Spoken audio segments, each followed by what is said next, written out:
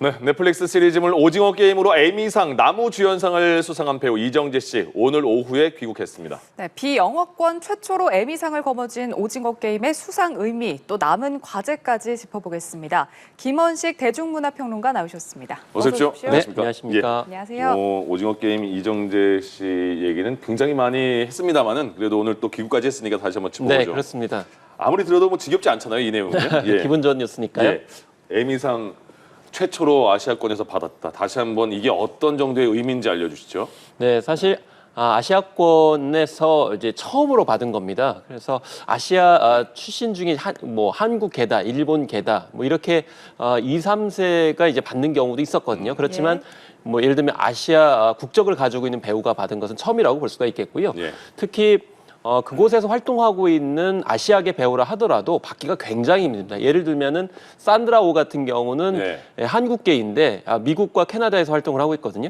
근데 13번이나 후보에 올랐는데 한 번도 받지 못했어요. 그렇기 때문에 그쪽에서 활동하고 있는 아시아계 배우라 하더라도 이제 받기가 굉장히 힘든 상이 바로 에미상의 주연상, 조연상이 된다 이렇게 볼 수가 있겠고 주연상을 받았기 때문에 더욱더 의미가 있고요. 특히나 이 배우상 중에는 남자들이 좀 불리합니다. 오히려 여성분들이 먼저 상을 받고 나중에 이제 남자분들이 받게 되는데 이번에 이제 주연상을 받았기 때문에 무엇보다 이정재 씨의 연기가 인정을 받았다 이렇게 볼 수가 있겠고요. 앞서서 미국의 배우조합상에서 이미 남우주연상을 받은 적이 있거든요. 그래서 사실 배우조합상이 굉장히 중요합니다. 왜냐하면 그 상을 주는 사람들이 배우들이거든요. 그러니까 배우들이 인정했다. 그래서 에미상에서 상 받기 전에 이미 주연상은 어느 정도 예측이 가능했던 이유라고 볼 수가 있겠습니다. 예.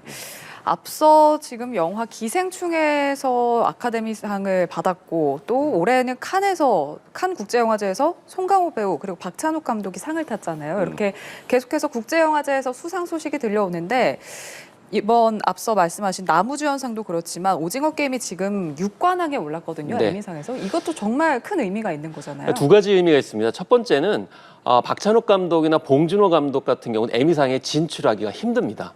왜냐하면은 황금 프라임 시간대에 방송이 돼야만이 후보 자격이 되거든요. 그런데 국제영화제 같은 경우는 영화 출품을 하잖아요. 예를 들면 해외 작품들 출품을 해서 거기서 이제 심사위원들이 결정하는 건데 에미상은 미국에서 방송으로 접근 가능해야 됩니다. 그래서 예를 들면 이제 박찬욱 감독 같은 경우도 영국에서 리틀 드러머 거리라고 하는 6부작 드라마를 만들었어요. 근데 만들었음에도 불구하고 지금 에미상이 언급조차 안 되고 있는 그런 상황이거든요. 그렇기 때문에 제 아무리 봉준호, 박찬욱 감독이라 하더라도 에미상에 진출하기는 굉장히 힘들다.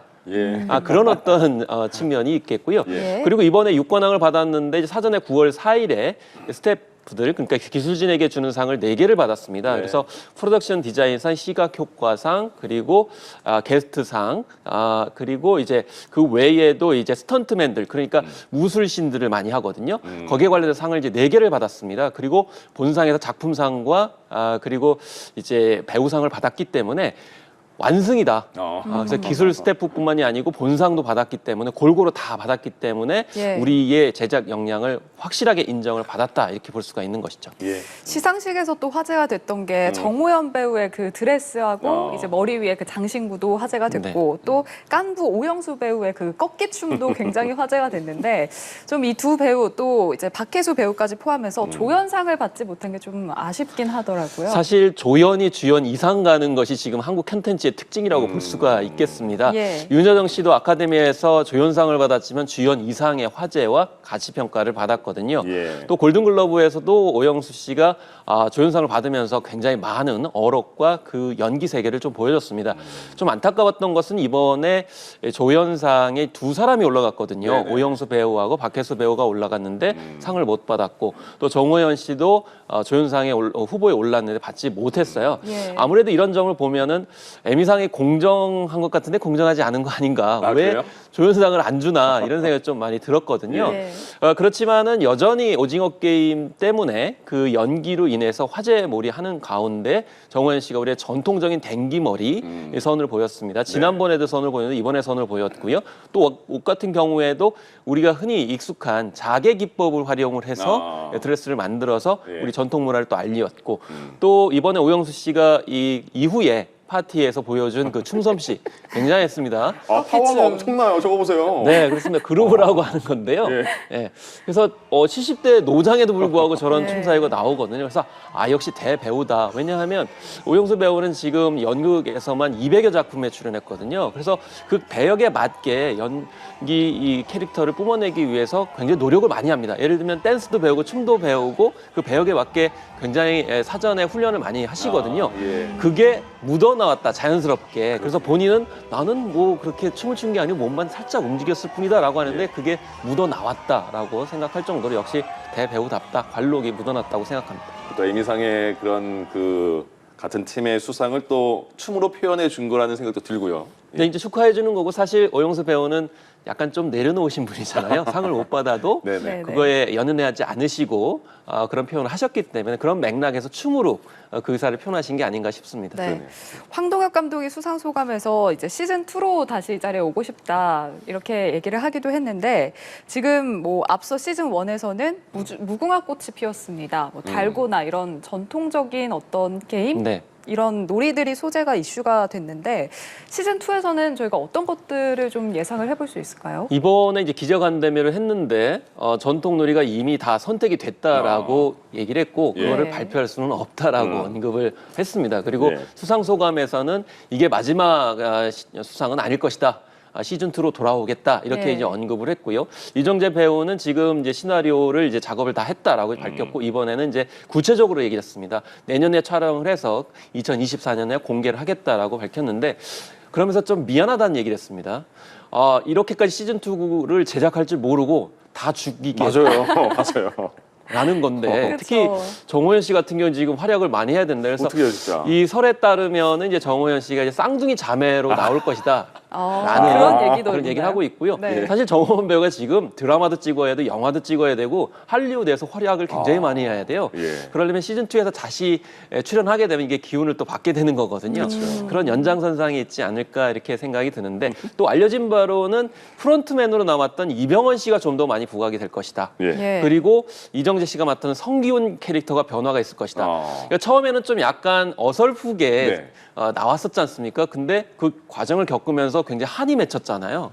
복수의 느낌으로 이제 마지막을 맺었었는데 예. 아마 일부러 들어가서 복수를 해서 전복을 시키려고 하는 주인공 성기훈과 이것을 막으려고 하는 프론트맨 이병헌 씨의 대결이 펼쳐지고 그 가운데에서 전통놀이 기법이 나올 것 같은데 제 개인적으로는 좀 말뚝놀이 같은 말뚝박기 말뚝박기. 이런 게 나오지 않을까 이렇게 생각이 괜찮네요, 그것도. 네. 네. 같이 연대를 하면서 거기서 이제 경쟁을 해야 되고 잔인한다 그러면 실제 말뚝이 나올 가능성이 있어 보이는데 그렇군요. 그건 좀 제 개인적인 상상이기 그쵸, 때문에 예. 좀 자제하도록 하겠습니다. 예, 알겠습니다.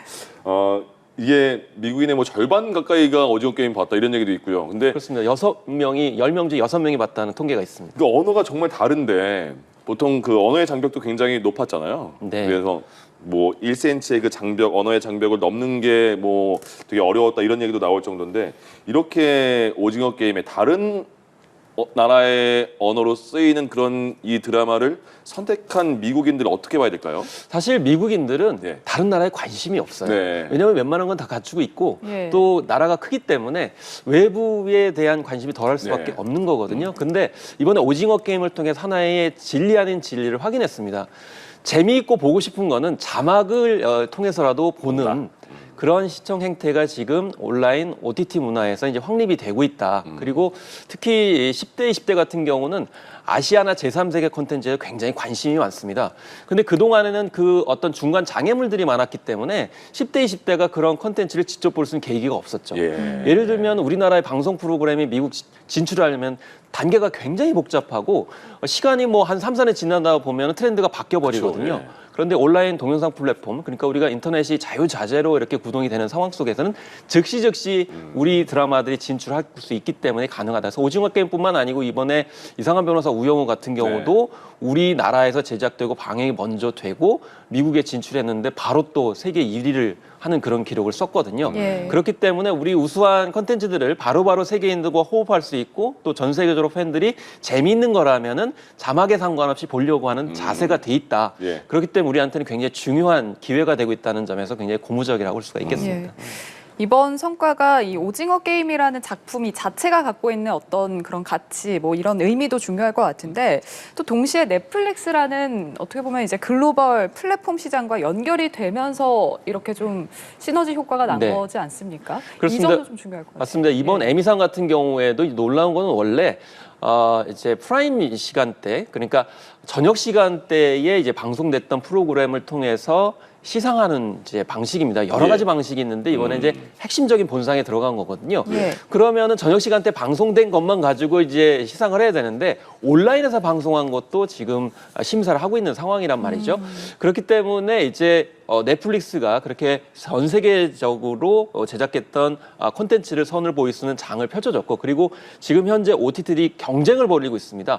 오리지널 콘텐츠를 확보하기 위해서 그것을 만들 수 있는 나라를 찾아다니고 있는데 우리나라가 딱 적확한 위치를 차지하고 있고 역량을 가지고 있기 때문에 그런 것이 딱 맞아떨어진 거거든요. 오리지널 컨텐츠라는 게 뭐예요? 그러니까 다른 원작을 갖고 있지 않거나 대여를 하는 것이 아니고 예.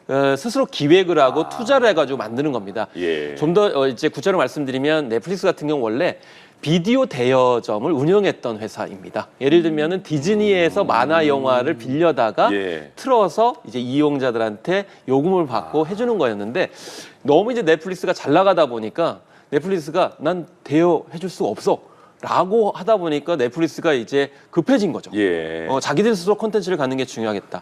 그런데 넷플릭스만이 아니고 다른 뭐 HBO나 디즈니 플러스 그리고 이제 애플 같은 경우도 마찬가지로 자기들 스스로 콘텐츠를 가지고 있지만 이 무한 경쟁에서 살아날 수가 없다. 그래서 그 오리지널 콘텐츠를 만들 수 있는 또 적게 비용을 주고 양질의 콘텐츠를 만들 수 있는 나라가 어디냐? 그게 우리나라였다는 것이고요. 그래서 실제로 오징어 게임 같은 경우에는 300억 원 들여서 1조 원을 벌어다 줬거든요. 예. 물론 그 과정에서 우리가 이제 런닝 개런티라고 그래가지고 예. 사전엔 제작비를 많이 줘요. 300억을 딱 먼저 주거든요. 네. 그러니까 우리 입장에서 굉장히 좋죠. 그런데 이 흥행을 했을 때 사후 정산을 했을 때 수익 배분을 이익이 많이 난 만큼 우리한테 줘야 되거든요. 예. 그게 안 줘가지고 아, 그래요? 예, 그런 부분이 있어서 이제 앞으로 시즌 2, 3에서는 그 계약을 어떻게 할 것이냐. 라는 것이 이제 화두입니다. 그래서 이번에 기자간담회에서 그 부분을 계약을 할 때 다시금 잘 하겠다 이렇게 밝혔기 때문에 예. 시즌 2, 3에서는 그런 개혁 관계도 좀 모범적인 사례가 돼야 되는 그런 과제가 있다고 볼 수가 있겠습니다. 많이 번 만큼 많이 가져가는 그런 부분. 그게 당연한 법칙 아닌가요? 예. 그리고 영화계는 이미 우리나라 같은 경우는 다 그게 정립이 되고 있거든요. 그래서 예, 예. 우리나라도 정립된 것을 글로벌 기업인 넷플릭스가 안 한다는 거는 시대적 흐름에 좀 뒤처지는 게 아닌가 하는 생각이 듭니다. 예. 뭐 드라마도 그렇고 영화도 그렇고 대중가요까지 어떻게 보면 지금 K컬처, K 이 콘텐츠가 전 세계 이목을 지금 집중적으로 받고 있는 시기인 것 같은데 지금 뭐 새 한류의 미래가 열렸다 이렇게 평가를 해도 되겠습니까? 사실 뭐 홍콩 사례를 많이 얘기하거든요. 네. 홍콩이 예전에 많이 붐이 일었다가 결국엔 좀 쓰러지지 않았느냐라는 건데 일단 첫 번째는 그거는 20세기 아날로그 시대의 방식이고요. 지금은 이제 21세기 모바일 SNS 시대이기 때문에 그 차원과 좀 많이 다릅니다. 그리고 홍콩은 옛날에 뭐 주윤발 장국영 이때 말하는 그렇습니다. 건가요? 예. 그래서 이제 90년대 초중반에 한참 활약을 하다가 결국에는 뭐 서극 감독을 비롯해서 많은 제작 인력이 할리우드에 흡수돼 버리고 말거든요. 그런 전철을 밟지 말아야 되는데 그러려면 우리가 어떻게 되면 자체적인 플랫폼을 이제 갖춰야 되겠고요. 예. K-팝이 지금 잘 하고 있는 것은 그 전 세계적인 젊은 능력 있는 인재들을 우리의 기획력에 따라 가지고 일종의 매니지먼트를 해서 새로운 창조물들을 많이 만들어내고 있거든요. 이미 뭐 박찬욱 감독이 언급을 했지만은 동아시아 어떤 인력들이 다 같이 참여를 해가지고 영화를 만들고 있고요. 이번에 뭐 한산도 그렇고 외계인 같은 경우에도 이 컴퓨터 그래픽과 시각 효과에서는 우리나라 인력만 있었던 게 아니고요. 아시아 전체에 내노라 하는 인력들이 다 협력을 했었습니다. 그래서 우리도 전 세계적으로 이제 훌륭한 인재들을 우리 나름 방식으로 기획과 매니지먼트를 통해 가지고 세계 트렌드에 맞는 컨텐츠를 만들 수 있는 허브 역할을 하는 것이 굉장히 중요하다. 그 역할을 하지 않으면 홍콩의 비슷한 사례가 될 수 있기 때문에 우리가 중심이 돼서 콘텐츠를 만들고 유통시키는 게 필요하다. 그렇지만 당분간은 넷플릭스와 같은 그런 글로벌 OTT들을 잘 활용해야 된다는 것이 굉장히 중요하다라고 이제 볼 수가 있는 것이고 그렇게 했을 때 우리 브랜드 가치나 제작 역량은 더 올라갈 수 있고 그 선순환이 이루어질 수 있도록 만들어야 되는 굉장히 중요한 그런 시점이라고 생각이 듭니다.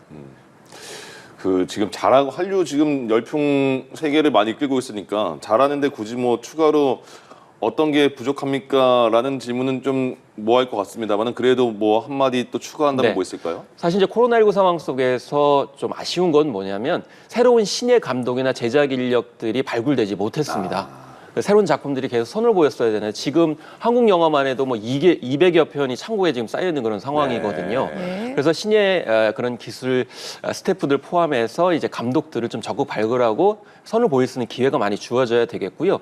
지금 생각해 보시면은 봉준호 감독이나 박찬욱 감독 그리고 뭐 이정재 배우들 같은 경우는 세계인들 입장에 봤을 때는 뭐 새로운 신예로 보일 수 있겠지만 우리 입장에서는 20년, 30년 그렇죠. 활동했던 분들이거든요. 그렇기 때문에 그런 제작 인력들을 적극적으로 발굴하고 기회를 많이 줘야 된다. 그래서 저는 이제 정호연 씨 같은 배우들이 적극적으로 많이 활동을 할 수 있도록 토대를 구축해 줘야 됩니다. 그래서 젊은 세대가 글로벌 무대로 적극적으로 나설 수 있는 기회를 많이 제공해 줘야 된다. 그래서 파친코 같은 경우에도 젊은 배우들이 많이 거기서 활약을 할 수 있거든요. 예. 그래서 시즌 2, 3를 통해 가지고 우리의 새로운 샛별들을 많이 선을 보이는 계기를 제공하는 것. 그래서 K-팝이 지금 3세대, 4세대로 계승에 성공했거든요. 그래서 이제 영화계, 드라마계도 이제 3세대, 4세대로 계승하는 문제 그런 것들을 좀 풀어갔으면 좋겠습니다. 예, 알겠습니다. 여기까지 듣도록 하겠습니다. 김헌식 대중문화평론가와 함께했습니다. 고맙습니다. 고맙습니다. 네, 감사합니다.